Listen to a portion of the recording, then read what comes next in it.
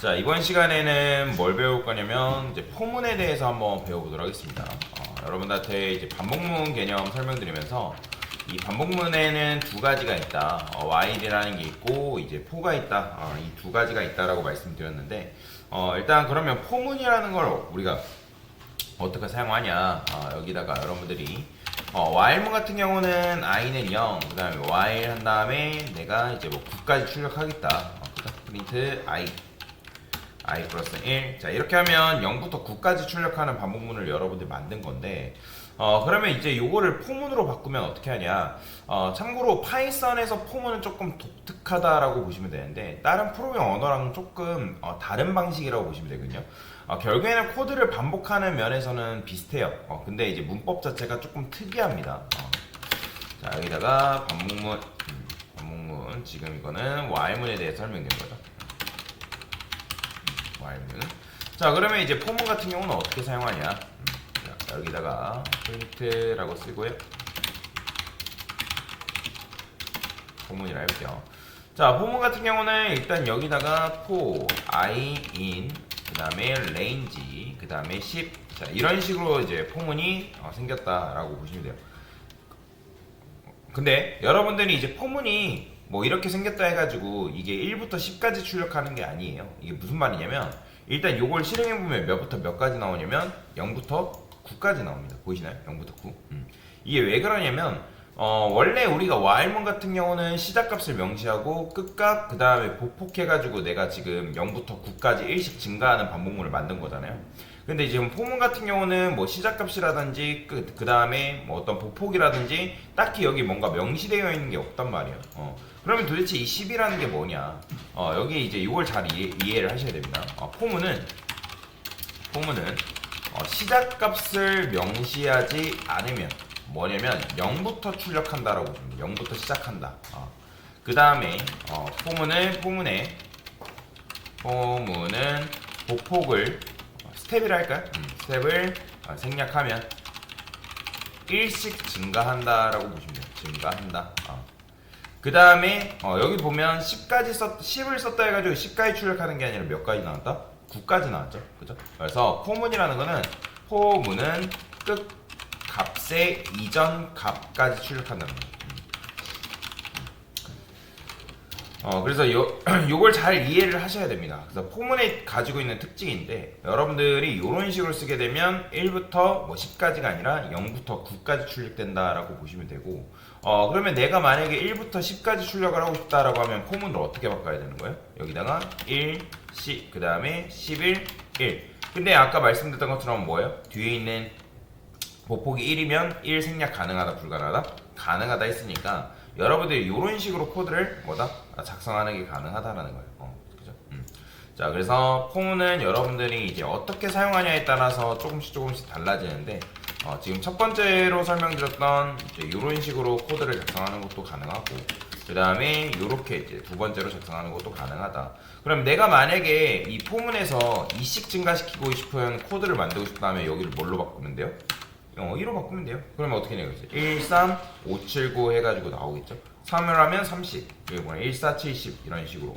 그래서 내가 증가폭을 어떻게 두냐에 따라서 좀 다르게 출력한다라고 보시면 되고 그 다음에 내가 시작값을 5라 두게 되면 5씩 증가하는 코드를 여러분들이 이런 식으로 만드는 것도 가능하다. 5씩이 아니라 5부터 출발해서 뭐 1씩 증가시키는 코드를 만드는 것도 가능하다. 근데 아까 말씀드렸던 것처럼 뭐 11이 아니라 11 전까지 10까지인 거죠. 그래서 여러분들이 10까지 출력하고 싶으면 반드시 여기를 11로 적어줘야지만 11 전까지의 값을 출력해준다라고 보시면 돼요. 자, 그러면 포문을 이용해서 내림차순으로 출력하는 건 어떻게 할 수 있을까요? 내림차순 출력. 자, 여기다가 for i in range라고 쓴 다음에 10 쉼표 0. 자, 이런 식으로 쓰면 일단 range라는 건 범위입니다. 여러분들 범위. 자, range를 여러분들 10하고 0 이렇게 쓰게 되면 얘가 우리의 마음을 알아가지고 1부터 10까지 그러니까 10부터 0까지 출력해줄까요? 아니에요. 자, 보이시면 출력이 안 돼요. 왜 그러냐면 내림차순 같은 경우는 이게 증가가 1 값이면 1이면 생략이 가능하지만 지금 얘는 뭐예요? 0까지, 그러니까 정확하게 0이 아니라 0 전이 1까지니까 마이너스 1이라고 정확하게 명시를 해줘야 됩니다. 그래야지만 여러분들이 마이너스 1씩 감소시키는 내림차순을 출력하는 게 가능해요. 가끔씩 이걸 1이라 쓰면 강사님 이거 1까지밖에 출력 1이 아니라 2까지밖에 출력이 안 되는데요. 무엇이 문제입니까? 라고 물어보는데 여기다가 여러분 끝값을 명시하게 되면 끝값 마이너스 1, 그러니까 정확하게 마이너스 1이라기보다는 끝값 전까지 출력이 된다라고 여러분들이 이해를 하시면 돼요. 그래서 내가 역순으로 내림차순 출력하고 싶으면 무조건 보폭 마이너스 1로 보폭을 여러분들 반드시 적어줘야 된다라고 보시면 되겠습니다. 그리고 이제 포문 같은 경우는 리스트랑 굉장히 좋은 콜라보레이션을 가지고 있는데 여러분들이 이제 리스트를 반복문을 이용해서 순회를 출력하면 반복문을 이용한 리스트 순회 뭐 이런 식으로 그럼 이제 while문 같은 경우는 0부터 출발해가지고 i는 뭐 예를 들어서 len이라 쓸까요? 지금 근데 a가 없죠? 그래서 a는 10, 20 리스트 하나 만들어주고요. 그 다음에 len, 그 다음에 소괄호 a 이런 식으로 쓰고 프린트해서 a 한 다음에 대괄호 써서 i, 그 다음에 i 플러스 1. 자, 이런 식으로 코드 작성하면 여러분들 10부터 50까지 출력이 가능하단 말이에요. 그렇죠? 10부터 50까지 이런 식으로 출력이 가능하고 근데 여기서 이제 하고 싶은 게 뭐냐면 여기서 지금 우리가 반복문을 이용해서 순회를 하고 싶은 거잖아요. 그죠? 프린트 버전 1. 자, 어떻게? for v in a 그 다음 프린트 v 이게 끝이에요. 자, 지금 보시면 이건 v는 value라고 해가지고 제가 일부러 v라고 쓴 건데 그러면 a는 리스트잖아요. 리스트. 그러면 얘가 이제 첫 번째 0번째 값이 들어가서 출력, 1번째 값이 들어가서 출력, 2번째 값이 들어가서 출력되고 그 다음에 리스트 안에 순회하다가 요소 값이 더 이상 없다? 그러면 알아서 빠져나옵니다.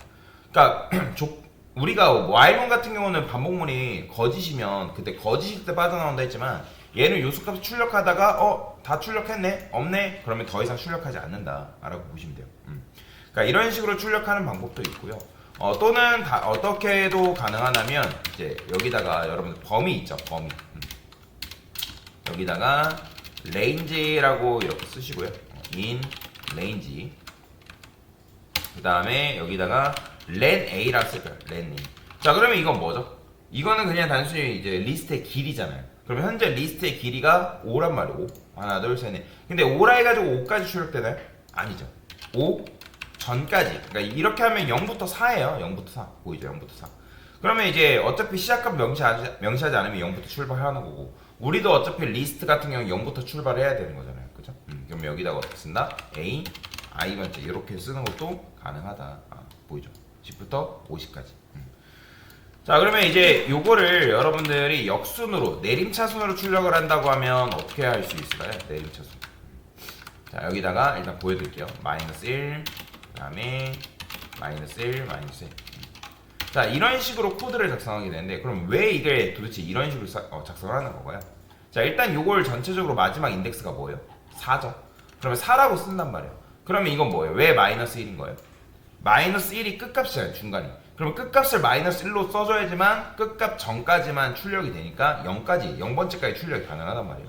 그 다음에 여기다가 보폭을 마이너스 1씩 감소시켜줘야지만 여러분의 4, 3, 2, 1, 0 해가지고 내림차순을 출력이 된단 말이에요. 그래서 이 4라는 녀석을 어떻게 유도한 거예요? 요게 전체 길이가 5니까 len a 하면 5잖아요. 그래서 len a 하면 5인데 거기서 마이너스 1한 값을 이용해서 그러니까 이게 4잖아요. 그럼 4부터 4, 3, 2, 1, 0 이런 식으로 내려가는 거예요. 근데 가끔씩 이걸 0으로 쓰는 분들 계세요. 그럼 이렇게 쓰면 이거 돼요? 안 돼요? 당연히 출력은 되겠지만 0 전인 1번째까지밖에 출력이 안 된단 말이에요. 그러면 이제 0번째 값이 누락이 되겠죠. 그래서 반드시 여기다가 마이너스 1이라고 적어줘야지만 여러분들이 내림차순으로 출력을 하는 것도 가능하다라고 보시면 돼요. 자, 그래서 요게 바로 뭐냐면 여러분들 포문을 이용해서 내가 원하는 데이터를 출력하는 방법이다 라고 보시면 될 것 같아요. 자, 그래서 이런 식으로 포문을 사용할 수 있고, 그래서 포문은 이 리스트랑 굉장히 많이 사용되는 문법이기 때문에 그래서 잘 알고 있으면 좋아요.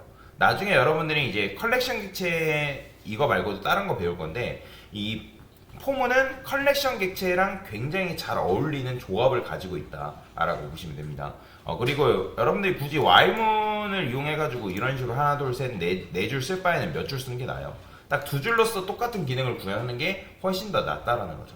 그래서 처음에 폼은 쓰라고 하면 많이들 헷갈려 합니다. 왜냐면 문법도 이제 뭐 기존에 여러분들 중에 프로그램 언어를 배워보신 분들이 계실지 모르겠지만 다른 프로그램 언어들과 좀 문법이 좀 차이가 있어요. 폼은 같은 경우는. 다른 문법들도 while문이 있고 for문이 있거든요. 근데 파이썬의 for문은 조금 독특하게 생겼습니다. 그래서 이런 식의 모양으로 생겼기 때문에 이걸 여러분들 잘 이용하게 되면 다양한 이런 뭐 문제풀이 할 때도 좋고 개발할 때도 굉장히 좋다. 그래서 이런 식으로 포문 개념에 대해서 간단하게 설명을 드린 거다라고 보시면 되겠습니다.